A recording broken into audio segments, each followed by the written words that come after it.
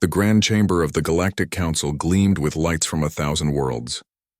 Representatives from 47 different species sat in their designated sections, their forms ranging from the insectoid Vrax to the gaseous Netherians contained in their transparent suits.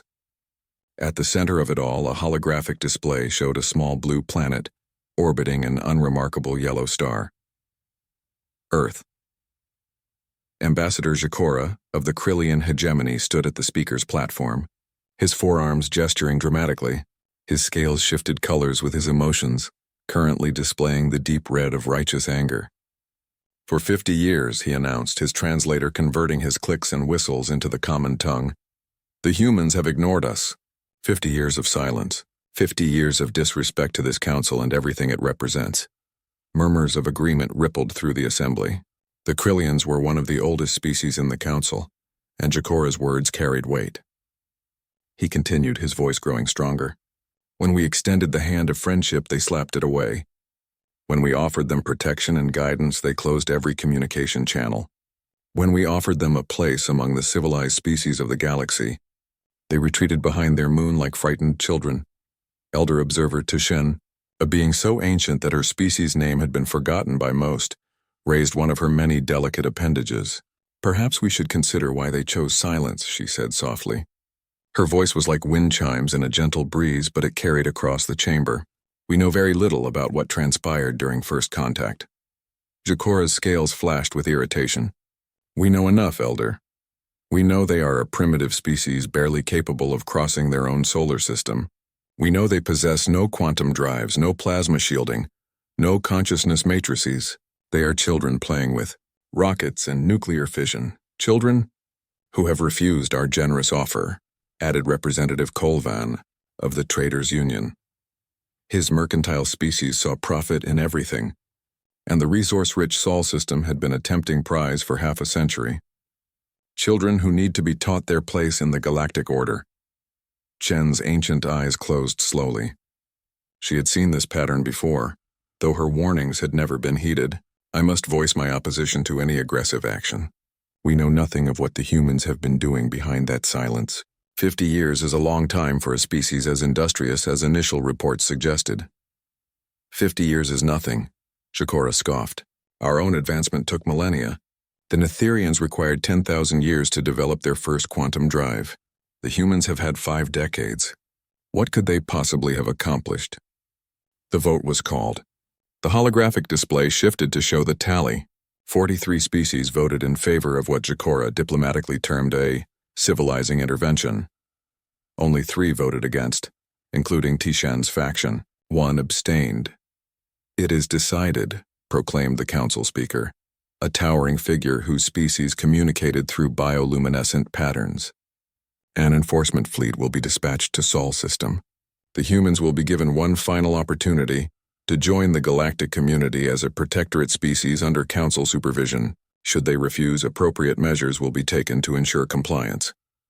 Jacora bowed deeply, his scales now showing the golden hue of satisfaction. I personally volunteer to command this fleet. The Krillian hegemony will contribute 80 vessels to this noble cause. Other species quickly added their ships to the tally. The Vrax offered 30 of their hive ships. The Netherians pledged 40 of their cruisers. Within an hour, a fleet of 200 warships had been assembled, the largest military force dispatched by the Council in 3 centuries. As the chamber emptied, Tishen remained in her seat, her ancient mind troubled. She accessed the restricted archives, searching for records of the human first contact. What she found disturbed her greatly. The files showed that the initial Council delegation had arrived at Earth with overwhelming arrogance. They had broadcast messages declaring humanity a junior species in need of guidance. They had offered Earth the status of a protectorate, which in practice meant the Council would control human resources, territory, and development. They had spoken to humanity's leaders as adults speak to ignorant children. The human response had been swift and unified. Every nation on Earth, despite their differences, had presented a united front. Their message had been simple and clear. We decline your offer. Please leave our system and do not return uninvited. The Council delegation had been shocked. Never before had a newly discovered species refused the Council's generous protection. They had responded with threats of isolation, economic sanctions, and military intervention. The humans had said nothing more. They had simply closed every communication channel, built massive energy shields around their communication satellites, and pointed every telescope and sensor inward, toward their own solar system. Then nothing. 50 years of absolute radio silence, as if humanity had decided the galaxy no longer existed. Tashen discovered one final note in the files, marked by the original delegation's commander. The humans are proud, stubborn, and surprisingly unified. They possess a dangerous combination of intelligence and determination. Recommend extreme caution in future dealings. That recommendation had been ignored, buried in bureaucracy and arrogance. Tashen closed the files and looked out the chamber's viewport at the stars. Somewhere out there, beyond the light years, the enforcement fleet was already gathering. In a few weeks, they would reach Sol System and deliver the Council's ultimatum. She wondered what they would find when they arrived.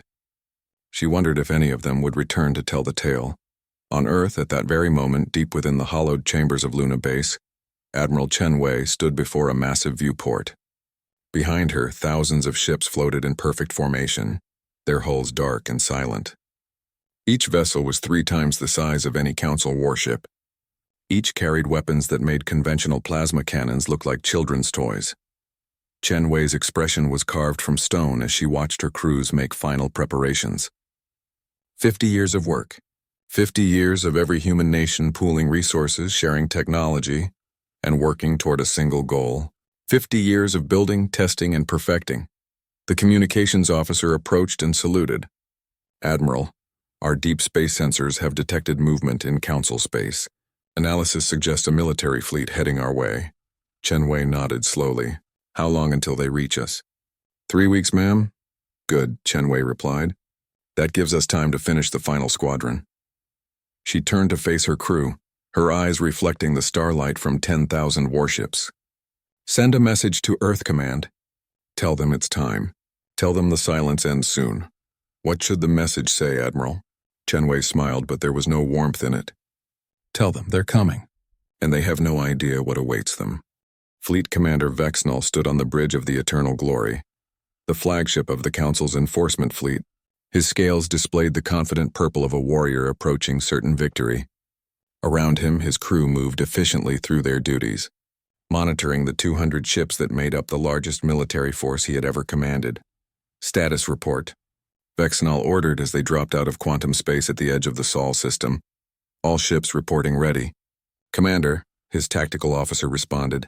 Weapons charged, shields at maximum. No resistance detected. Vexnall allowed himself a small smile. Of course there was no resistance. The humans were primitives, probably cowering on their little blue planet, finally realizing their mistake. Begin broadcasting the Council's ultimatum.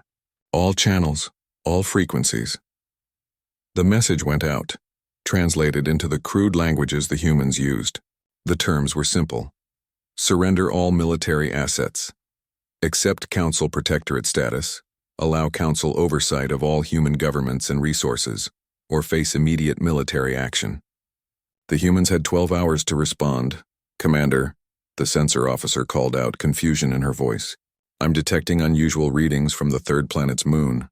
Unusual how? Vexnall asked, moving to study her display. The moon's mass is all wrong. It's showing as hollow, but that's impossible. No natural satellite could... She stopped, her skin color draining. Commander, something is opening on the lunar surface. The view screen shifted to show Earth's moon. Massive sections of the surface were pulling apart like enormous doors. Light spilled out from within, and with it, ships began to emerge. Not dozens, not hundreds. Thousands of ships, each one massive and dark, covered in armor plating that absorbed sensor beams. By the ancestors, Vexnall whispered. Get me tactical analysis immediately. Sir, moving to the 4th planet, another officer called. Mars is not showing up as a desert world. It's been terraformed, and it's covered in construction facilities, shipyards, massive ones. The bridge fell silent except for the steady beeping of sensors that were now detecting more and more ships. Every officer stared at their displays in growing horror. The asteroid belt, the navigator said quietly. It's gone. Completely mined out. All of it. Vexnall felt his blood turn cold. The humans hadn't been hiding in fear for 50 years. They had been preparing for war. An entire asteroid belt stripped for resources. A moon converted into a shipyard.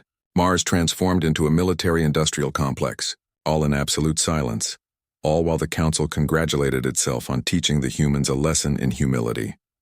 "Commander, incoming transmission," the communications officer announced. "It's from Earth."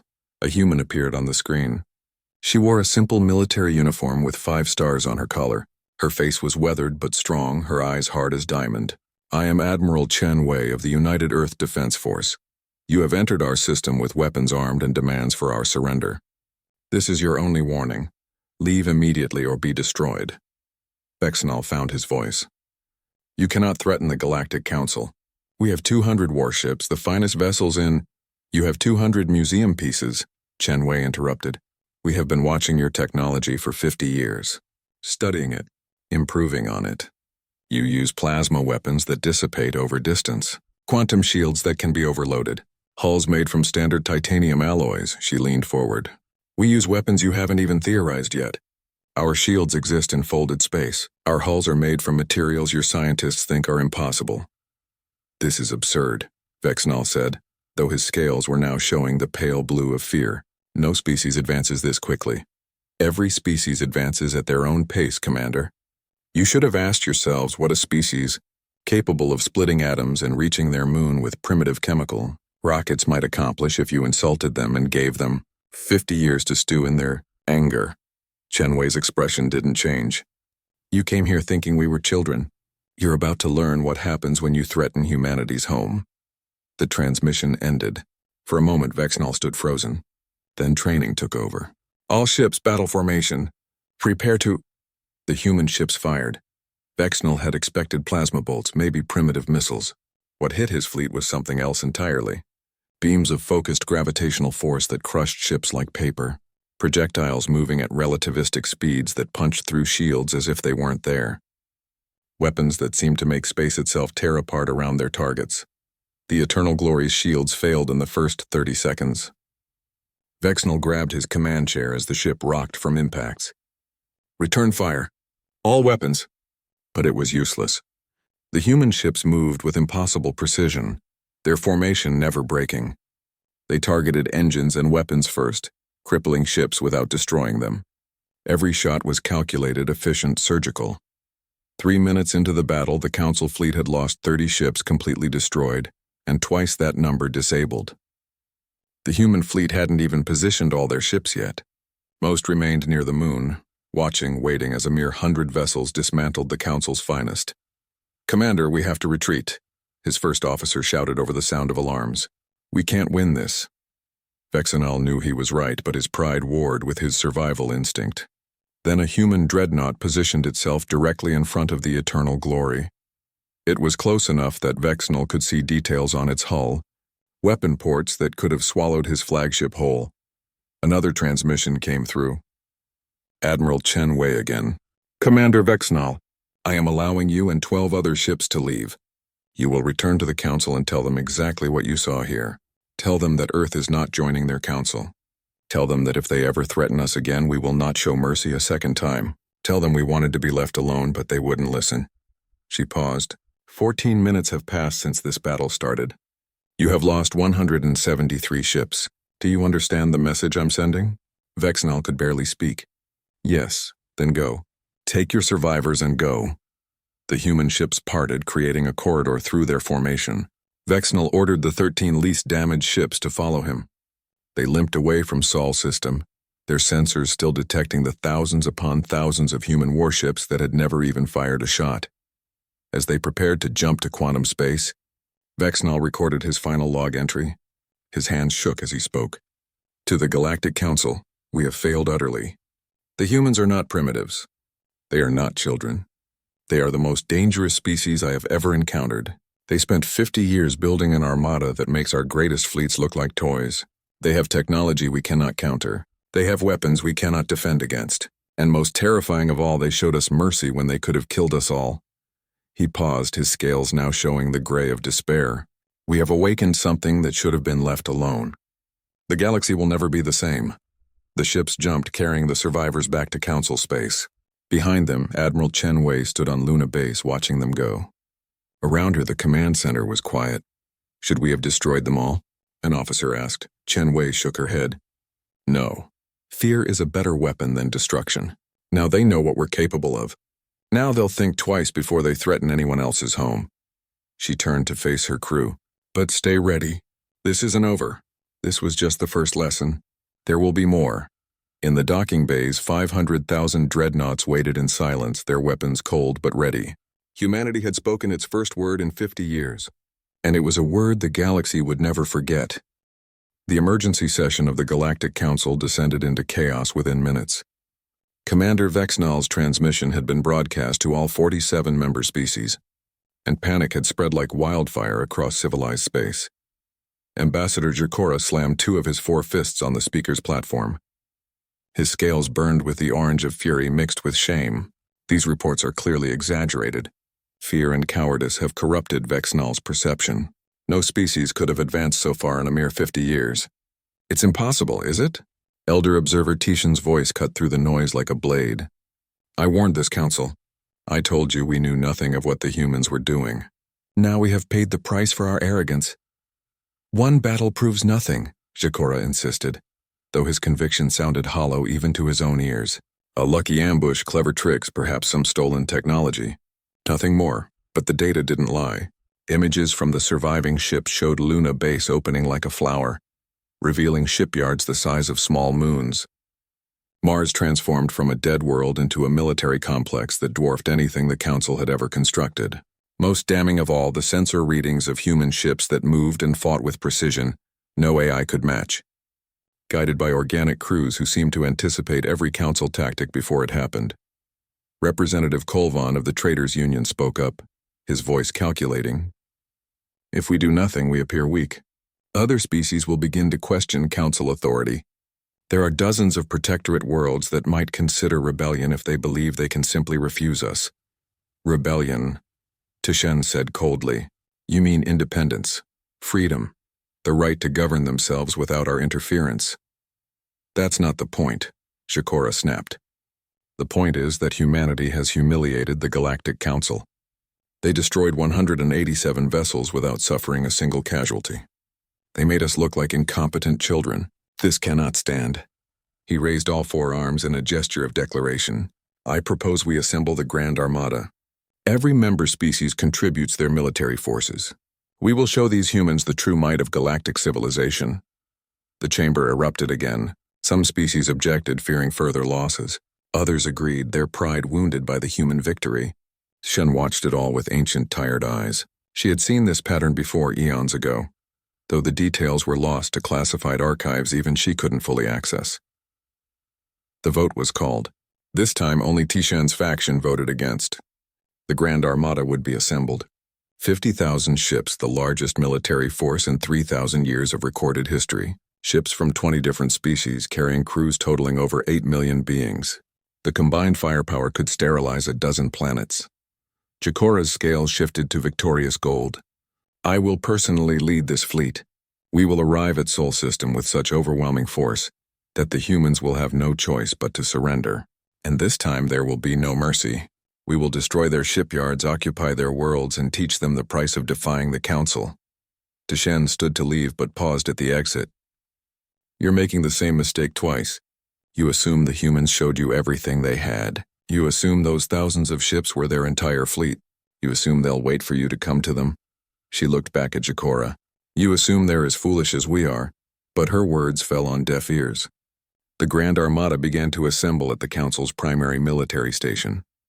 Ships arrived by the hundreds each day, Krillian dreadnoughts with their distinctive curved hulls, Vrax hive ships each carrying thousands of warriors, Netherian cruisers that could phase through normal matter, the merchant fleets of the Traders Union, hastily converted into warships. Every species contributed their finest vessels, their best crews, their most advanced weapons. On Earth, Director Sarah Okafor stood before the United Earth Assembly. The massive chamber held representatives from every nation, every territory, every human settlement from Earth to the outer colonies. Behind her, a holographic display showed the Council fleet gathering in distant space. They're coming again, she announced. 50,000 ships this time. They believe overwhelming numbers will succeed where their smaller fleet failed. A representative from the Pan-Asian Alliance stood. Can we defend against such numbers? Okafor smiled. It wasn't a pleasant expression. We can do better than defend. For 50 years we've prepared for this moment.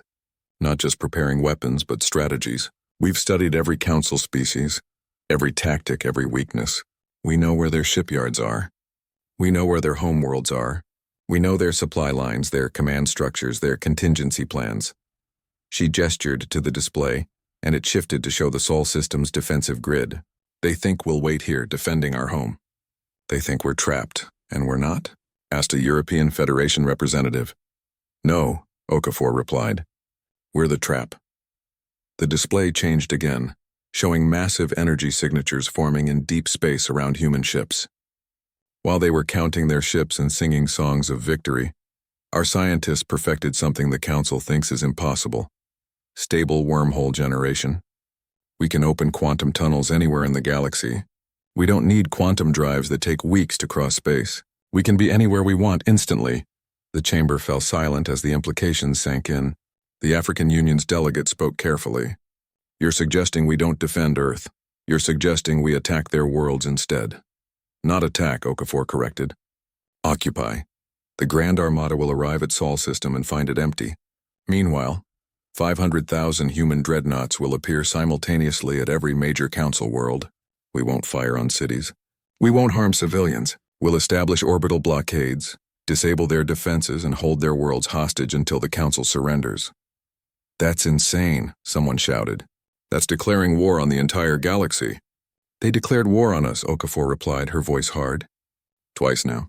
We tried silence. We tried diplomacy through absence. They wouldn't accept it. So now we speak in the only language they seem to understand. Overwhelming force. She looked around the chamber, but we'll be better than them. We won't slaughter civilians. We won't destroy their worlds. We'll show them that humanity can be merciful even in victory. We'll prove we're not the monsters they think we are. Admiral Chen Wei stepped forward. Our ships are ready. Our crews are trained. Our wormhole generators are calibrated. We've run the simulations 1,000 times. When their Grand Armada arrives at Sol system, we'll already control their territory. The war will be over before they realize it's begun. The vote was called. It was unanimous. Operation Homecoming was approved. Far from Earth, the Grand Armada completed its assembly. Jacora stood on the bridge of the Infinite Destiny, a super dreadnought 10 times larger than any ship in the enforcement fleet had been. Around him, 50,000 ships of the line prepared to jump to Sol system. Their quantum drives charged, energy building to the point where space itself began to warp. All ships report ready, his tactical officer announced. Jacora's scales glowed with confidence. Begin the jump. Let's end this human delusion once and for all. The Grand Armada vanished from Council space, heading toward Earth at faster-than-light speeds. They wouldn't arrive for 3 weeks.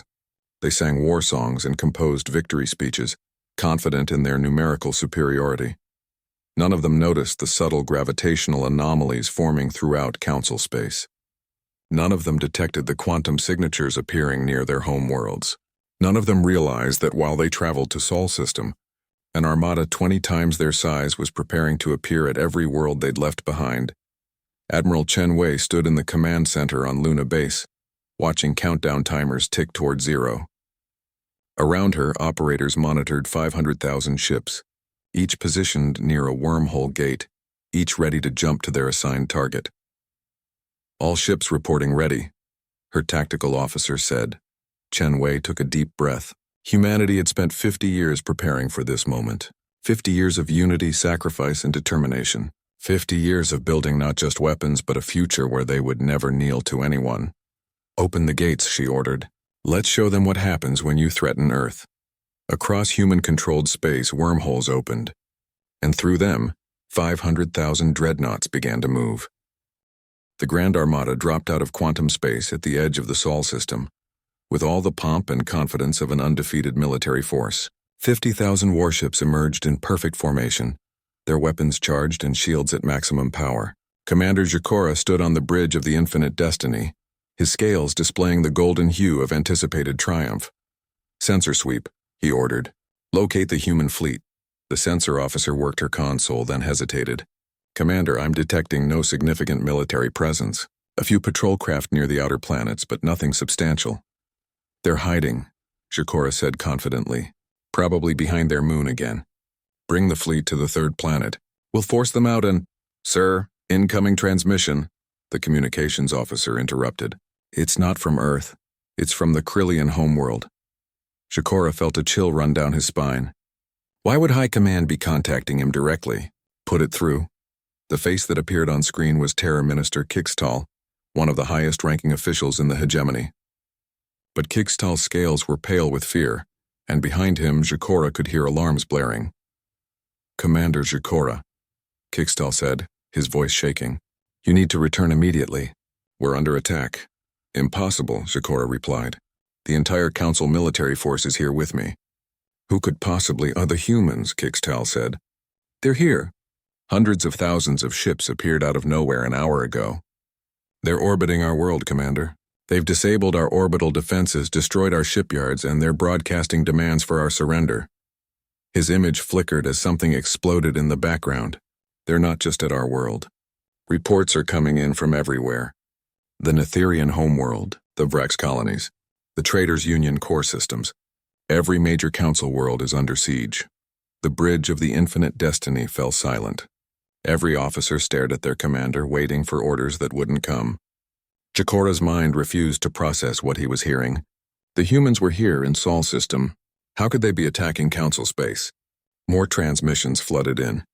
The Netherian Prime Minister, her gaseous form flickering with panic inside her containment suit. The Vrax Queen Mother, her compound eyes reflecting the light of human ships surrounding her hive world. Representative after representative all saying the same thing. The humans had come, and they had come in force. How? Zecora whispered. How did they get past us? How did they know we'd left our worlds? Admiral Chenwei's face appeared on the main view screen. She was broadcasting from Luna Base, Earth visible through the viewport behind her. Good afternoon, Commander Zecora. I see you've finally realized what's happening. What have you done? Zecora demanded, his scales flashing red with fury. We did what you forced us to do, Chenwei replied calmly. You brought 50,000 ships to destroy our home, so we brought 500,000 ships to occupy yours. Right now, human forces control the orbital space around 20 major council worlds and 47 significant military installations. Your families are under our guns, Commander. Your governments are surrounded. Your shipyards are rubble. You're bluffing, Zecora said, but his voice lacked conviction. Chenwei gestured and the screen split to show multiple views. The Krillian homeworld, its blue-green surface ringed with human dreadnoughts, the crystalline cities of the Netherian capital, ships positioned above every major population center, the Vrax hive world, massive human vessels blocking out the sun. This is not a bluff, Chenwei said. This is a demonstration. You wanted to teach us humility. Instead, you taught us that the galaxy only respects power. So we built power, more power than any single species has ever possessed. And now we're teaching you a lesson in return. Zecora's scales had gone completely white, the color of absolute terror. You can't possibly hold all those worlds. We'll take them back. With what fleet? Chenwei interrupted. Your Grand Armada is 3 weeks away from council space. By the time you return, if you return, this will be over. And even if you did make it back, you'd be facing an enemy that outnumbers you 10 to 1. With technology you can't match. In our territory where we control all the high ground. Another transmission came through, this time on the command frequency. Elder Observer Tishan's face appeared in a smaller window. Commander Zecora, this is a direct order from the Council Emergency Authority. You are to stand down immediately and open negotiations with the humans. Stand down? Zecora shouted. They're invading our worlds. They're occupying our orbital space, Tishan corrected. There's a difference. In the past hour, human forces have disabled our defenses but have not fired a single shot at civilian targets. They've broadcast the same message to every council world, surrender or face destruction. But they're waiting, Commander. They're giving us a choice. On the screen, Chenwei nodded. We don't want to destroy you. We never did. We just wanted to be left alone. But you wouldn't allow that. You came to our home twice with threats and weapons, demanding we submit to your authority. So now we've come to yours. And we're making you the same offer you made us. Join us as equals or face the consequences. Equals? Zecora laughed bitterly. You hold our worlds hostage and speak of equality. Yes, Director Okafor said, appearing beside Chen Wei.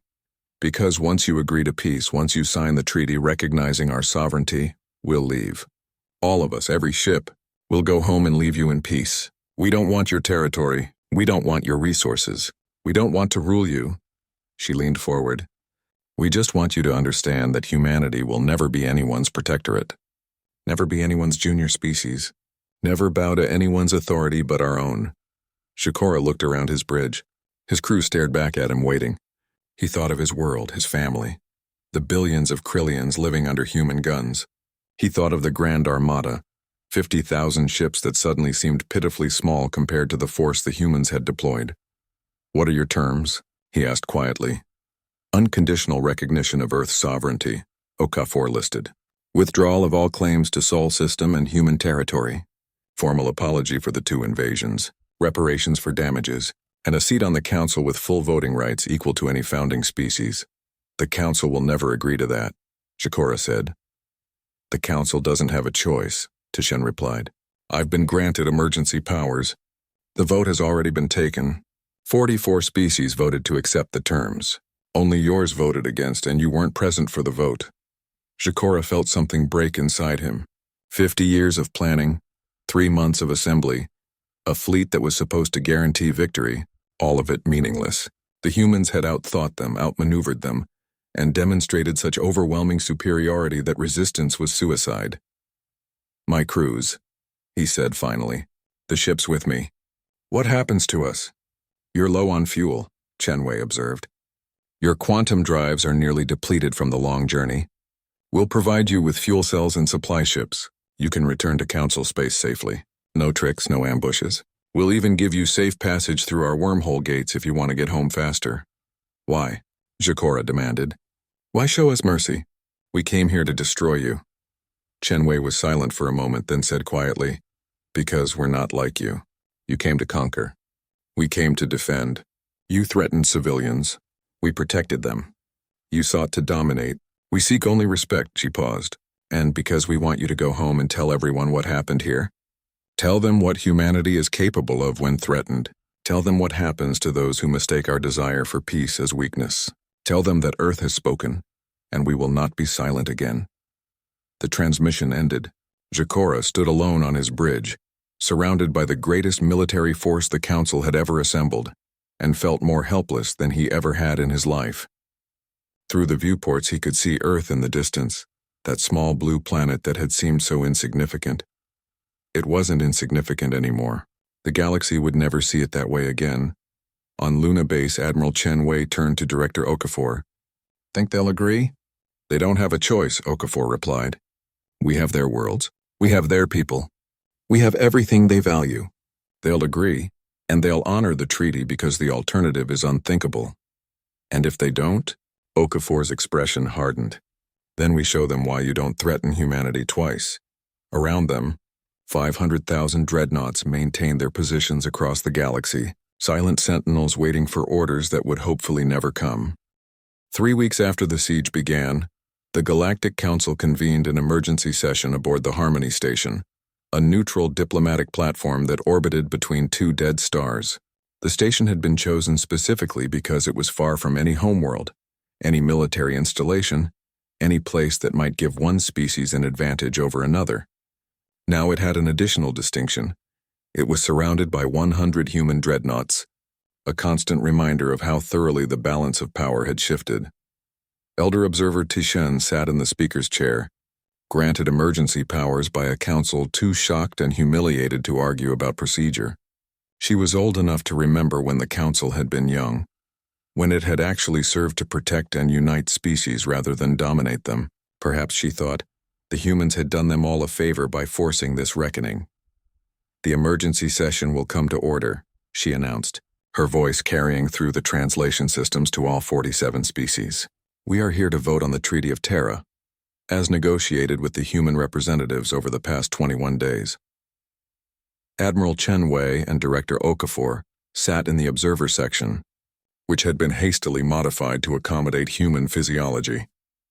They wore simple military uniforms, no ceremonial decorations or attempts at diplomatic finery. They didn't need such things. The ship surrounding the station spoke louder than any badge or medal ever could. Ambassador Jacora stood to speak, his scales displaying the gray of shame mixed with resentment. The terms of this treaty are unacceptable. They demand we pay reparations to a species that currently holds our worlds hostage. They demand we recognize them as equals when they have proven themselves to be our superiors in warfare. They demand we apologize for attempting to bring civilization to a primitive world. Primitive. Director Okafor's voice cut through the chamber like a knife.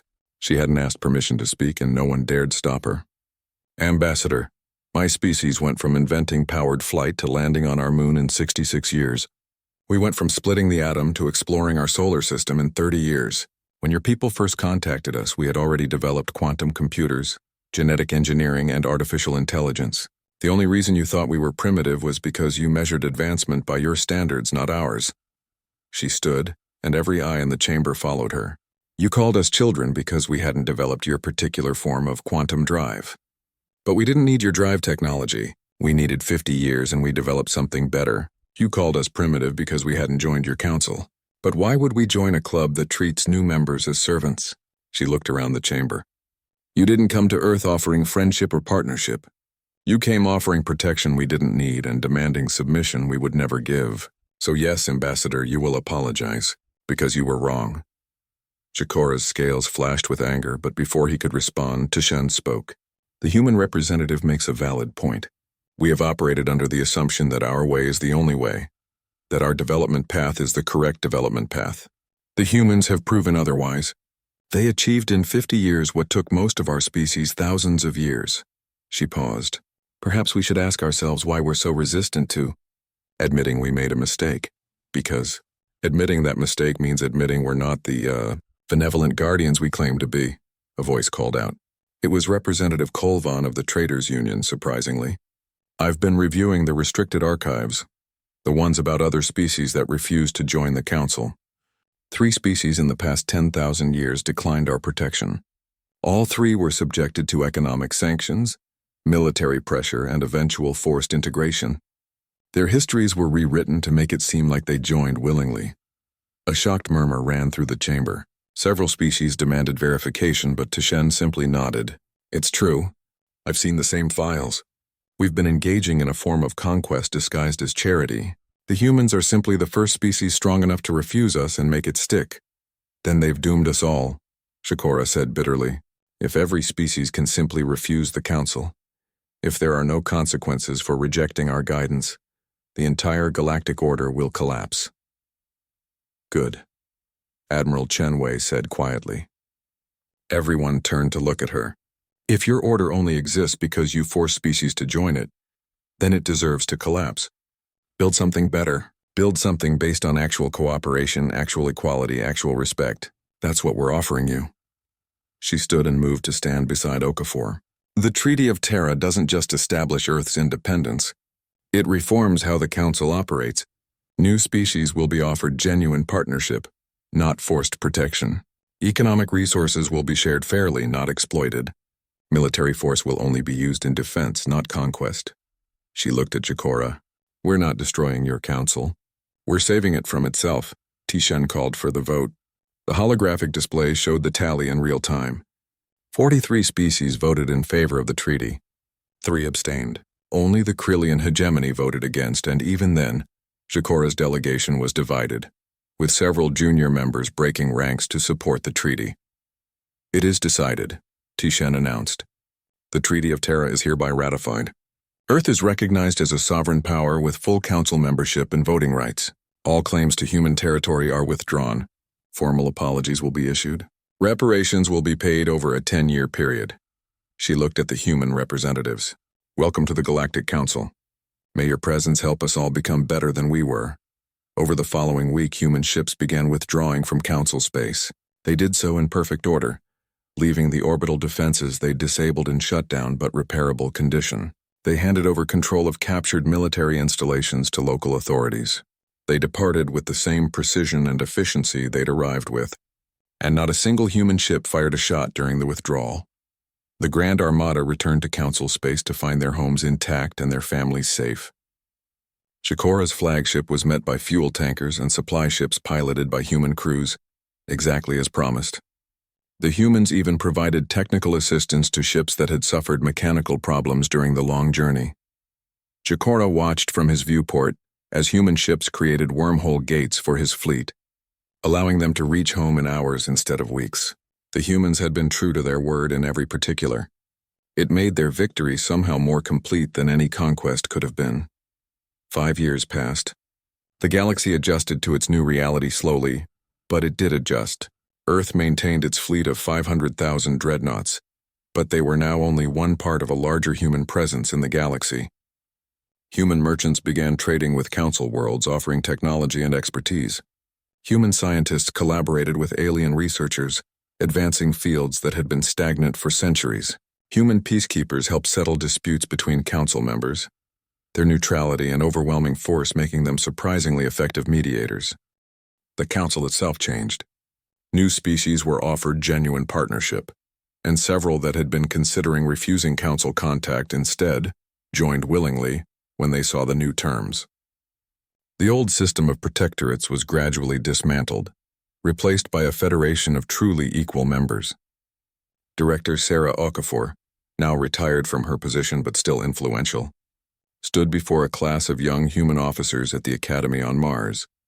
The Red Planet had been transformed from military shipyard to educational center, training the next generation of human explorers and defenders.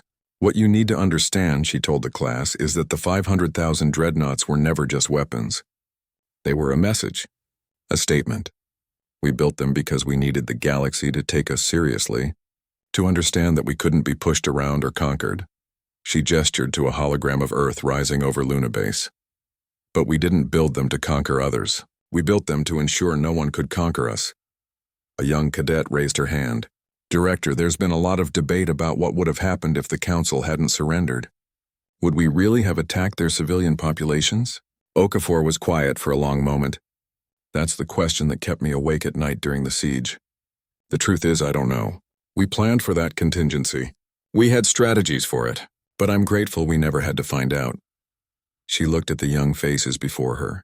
The greatest victories are the ones you win without having to fight. Fear can be a tool for peace when used correctly. We made the council afraid not because we wanted to dominate them, but because we wanted them to leave us alone. But they didn't leave us alone, another cadet pointed out. We're part of the council now. We trade with them, work with them, defend them. That's the difference, Okafor replied. We chose to engage on our own terms as equals. That's what sovereignty means. The freedom to choose your own path, to make your own decisions, to stand on your own feet. She smiled. We wanted respect. We earned it. Now we're showing the galaxy that humans can be the species we always hoped to be, strong enough to defend ourselves, strong enough to be merciful, strong enough to be gentle. On Earth, in the United Nations building that had been expanded to serve as humanity's seat on the Galactic Council, a new monument had been erected. It was a simple stone wall with 50 names carved into it. The 50 human lives lost during the 50 years of preparation, accidents in the shipyards, training mishaps, the price paid for the fleet that saved humanity. Below the names, a single inscription in every human language and the Council common tongue. They built in silence so that we could speak. Above Earth, Luna Base continued its work. The massive shipyards had been partially converted to civilian use, building exploration vessels and colony ships. But the military sections remained active, maintained and ready. The 500,000 dreadnoughts stayed in their docks, weapons cold but functional, crews trained but hoping never to deploy. Admiral Chen Wei, still active despite her age, walked through the command center one last time before her retirement. She stopped at the main viewport, looking out at the fleet she'd commanded, the ships she'd led in humanity's greatest gambit. We did it, her second-in-command said quietly beside her. We changed everything, Chen Wei nodded. We did. But the real work is just beginning. Building those ships was easy compared to building the peace we want. Making sure we never become what we fought against, that's the hard part. She turned from the viewport. But I think we can do it. If we could build 500,000 dreadnoughts in silence, we can build a better galaxy in the open. She left the command center, the lights dimming behind her. Outside, Earth rotated slowly, its blue surface unmarred by war. protected by the fleet that had risen when the galaxy thought it would stay silent. Humanity had spoken, and the galaxy had listened.